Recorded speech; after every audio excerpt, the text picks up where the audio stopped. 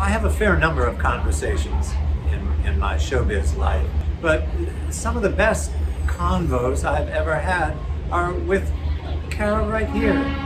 We seem never to have a shortage of subject matter and are like-minded enough that it just rolls right along.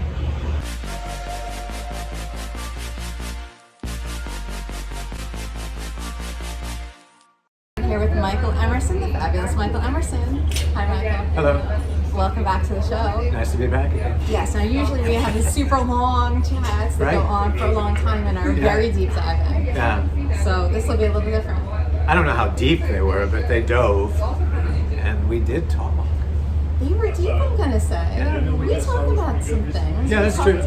It's true. Talked about your parents. Yeah, wow. That's true. You don't remember?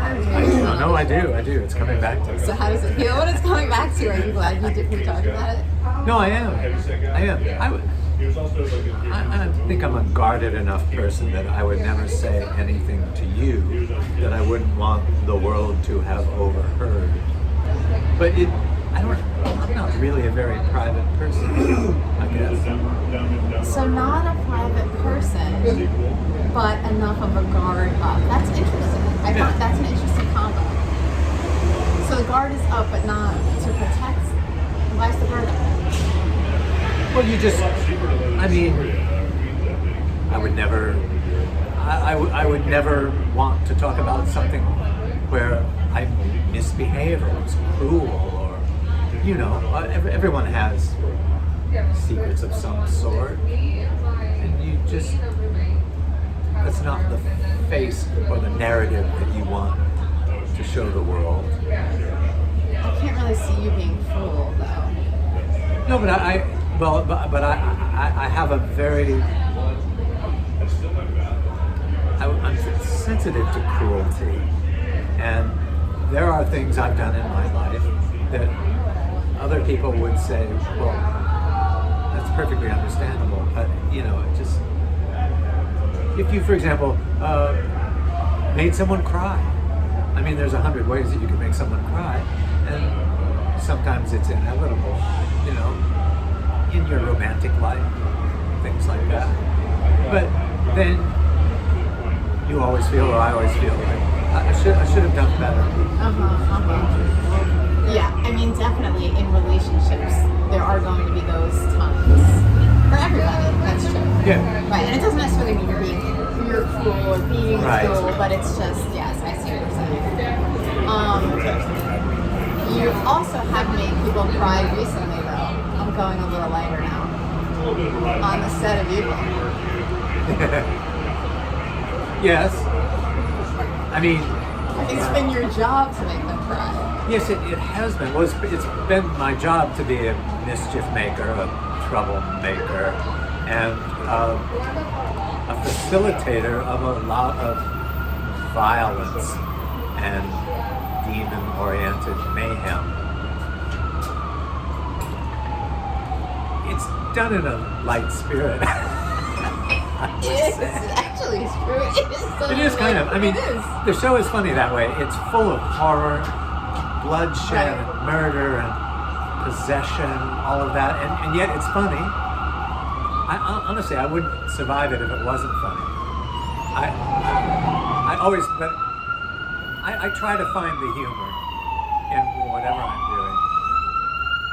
Like the humor in the siren when we're recording an interview? There it goes. Lenox Hill Hospital, yes. Then we are in the middle of Manhattan right now on the Upper West Side. And ambulances are the most annoying, I would say, because they're the shrillest, and they're unreasonable because they sit, even if it's slow traffic and obviously you can't budge, they just kind of blow the siren. And then you think, I wonder if they're really going to a medical emergency, or they're just frustrated and punishing the people that are around them. I kind of wonder the same thing, I have to admit. And yeah, I kind of wonder that sometimes too when I see like a police car with the siren on and they're kind of cutting all the traffic or whatever. Yeah, you want to say, how's that working for you? Right. I see you're really moving along now. Yeah, right. But I don't think fire trucks don't seem to do that. No, I mean, fire trucks, they have to go. Right. So, okay, so the sounds of New York City. So back to evil, as we were talking about. So, speaking of which, you have some very interesting things that you need to do now as evil has continued over multiple seasons, and it seems to be a little more physical in nature as you go on. Yeah. What did you do on set yesterday? Well, yesterday I took a transfusion of a youth serum that I invented, but it had been poisoned by my enemy, and I started foaming at the mouth and had to crawl across the floor in my character's apartment, and then my enemy came. I was incapacitated and couldn't move. My enemy came and tried to cut my throat, but a demon crept up behind my enemy and hit her over the head and rendered her unconscious. So we shot that about 25 times. It was a lot. You need knee pads, and the way you should we talk about the Alka-Seltzer? Please. The way you foam at the mouth is you put a half of a tablet of Alka-Seltzer in your mouth and you drink a very small amount of water, and it will foam up like crazy. Don't do this at home. And you ate something interesting the other day on set too, right? Yeah, I had to kill a demon, and for reasons that you'll discover if you watch it, it was important that I cut out the demon's heart and feed on it. And that's an interesting way to spend the day, and of course you have to do it a number of times. Is it a real heart, Michael? It's not a real heart, but it looks pretty real, and you know, it's covered in the usual body slime and little fatty deposits, blood, loads of blood. Speaking of body slime, can you tell everybody what the baby's vomit is made of? Oh yeah, well there's some business with demon babies in the season, and one of the things a demon baby does is projectile vomits all the time, among other things. And so if you have to recreate that on stage, you do it with green pea soup in a gun that has an air compressor attached to it, and it blasts pea soup in your face or on your clothes or what have you. In my case, I got some in my ear, and it takes days to really feel like you've cleaned it out. All in a day's work. It's an interesting life. Okay, looking back since we talked last, I'm just going to ask you some questions about how, because this is like an update interview, so I don't want to forget my update questions. So, can you tell me about some highs and lows, or just one high and one low in the last year? Because I think it was last summer that we talked last. In your life. Well, often the highs have to do with being outdoors, or going upstate. We have a little place upstate, and it's surrounded by woods, and it really does me good to get out in the world of nature. And I like, I'm much more interested in birds than I ever was before, or just the wild critters that live around in Putnam County where we go. So that's been a great thing. Before you get to the lows, do you ever go in the Ramble in Central Park and see the birds there? There's a lot of birding there. I understand there's a lot of birding. Have you been? No, I have not been. Oh, you maybe should. Yeah, I guess so. I used to live closer to Central Park, right. But now we're further away, and for one reason or another. I guess we get our outdoor fix on the weekend upstate. Right. And which you really need, because when you're filming, you could be indoors in a soundstage. Yeah. For like, how many hours was yesterday? It was like 14 or 16 hours? 14-hour day. Yeah, it's a long day, and you don't really see the daylight at all. No, it's a shame. Yeah. To kind of mess with your circadian rhythm. Yeah, I think it does. Yeah. Okay, so now getting to the lows. Some little bumps in the road in the last year. Just age, I guess. The friends passing, or friends having health crises of different sorts, just worries about loved ones. I mean, that's the worst sort of things. We've had a number of those, and they're not going to diminish in number. It's just going to be more and more. So it's just a life challenge. How do you factor it into your day to day? How much of your energy or your care or your happiness will you challenge by meditating on the unhappy side of life? So that's a balance you have to find. Yeah. So that you can let yourself get blue. And I don't think that serves anyone. What do you do when you start to feel blue? Try to shake it up, try to get outside myself, try to get moving, get out with people.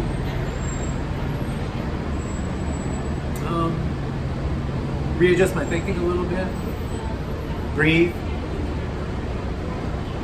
meditate, read something funny.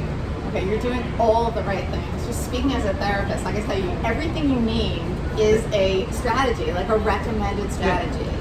So there's the physical activity, it helps.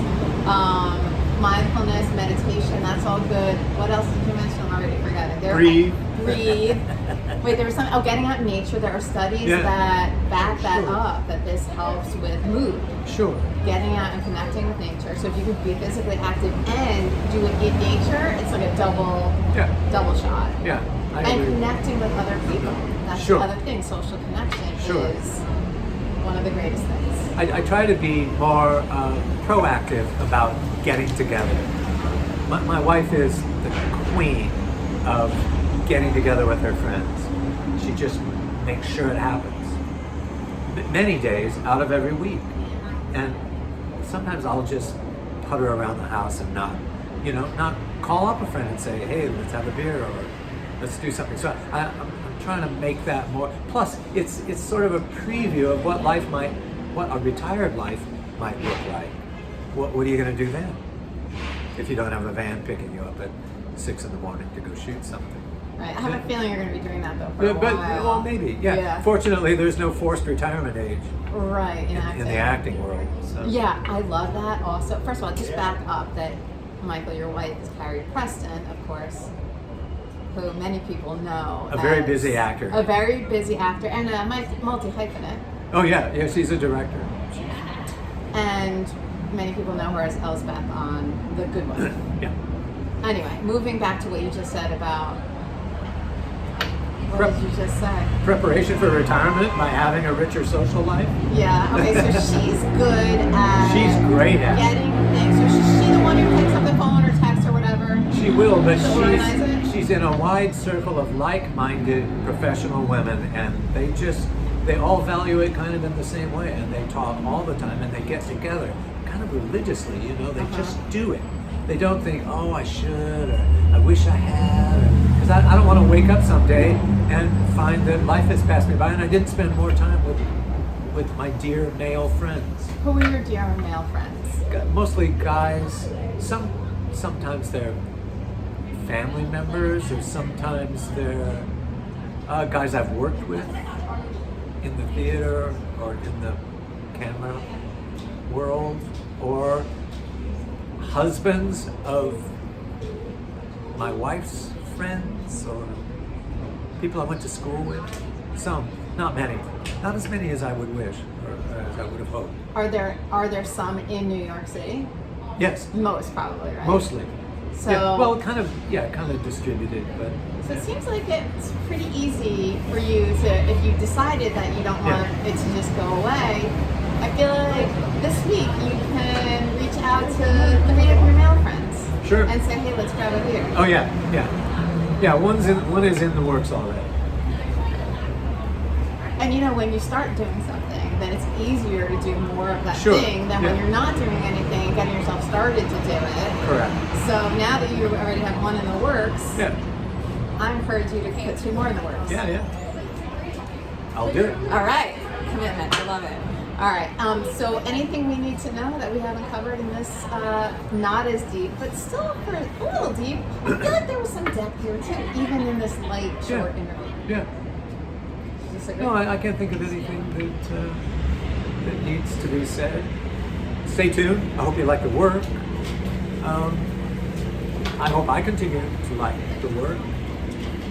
And I'm at a great place. I have about as much work as I want, and about as much recognition as I want, and I can taper it off a little bit if I want to do other things. I'm going to jump in for a sec. Your voice, I think we've talked about this before, is so distinctive. Do people, so I was going to ask you, a lot of people are walking by us right now. We were in a cafe earlier, just having a little coffee and some croissants, and I'm thinking, do people recognize you? Do they hear your voice? Do they see your face? Like, I haven't been paying attention to the people around us, but I have to believe that people have been like, wait, I have a particular kind of voice. I'm not even sure I hear it the way other people hear it. Oh, yeah, I hear it. And I think I might have told you this before. You were on something in the background of a TV, and one of my kids heard it from another room and said, oh, is that Michael Emerson? I forget what it was. Yeah, so we hear it. Yeah, I come by it honestly. I mean, I always had my aunt, I probably told you this before, when we were at church and singing a hymn, my aunt would put her hand over my mouth because my voice is piercing, but I didn't in those days have pitch, really, so it kind of drew more negative attention than she wished. But my pitch is much better now. Yeah. And does it draw good attention? Have you noticed? I think people will sometimes, even with a hat and a mask, people will sometimes know it's me from the voice. Show everyone your hat. So Michael. This is my summer hat. Yeah, love it. So we met up today at a cafe, and I see Michael walking in with his fabulous hat and his fabulous look, and he always looks just super stylish and just great. And it makes everybody smile, I think. So, Michael, thanks for coming back on the show and doing the update. And then we'll just, maybe a year from now, we'll do another biggie. Check in. Check in. All right.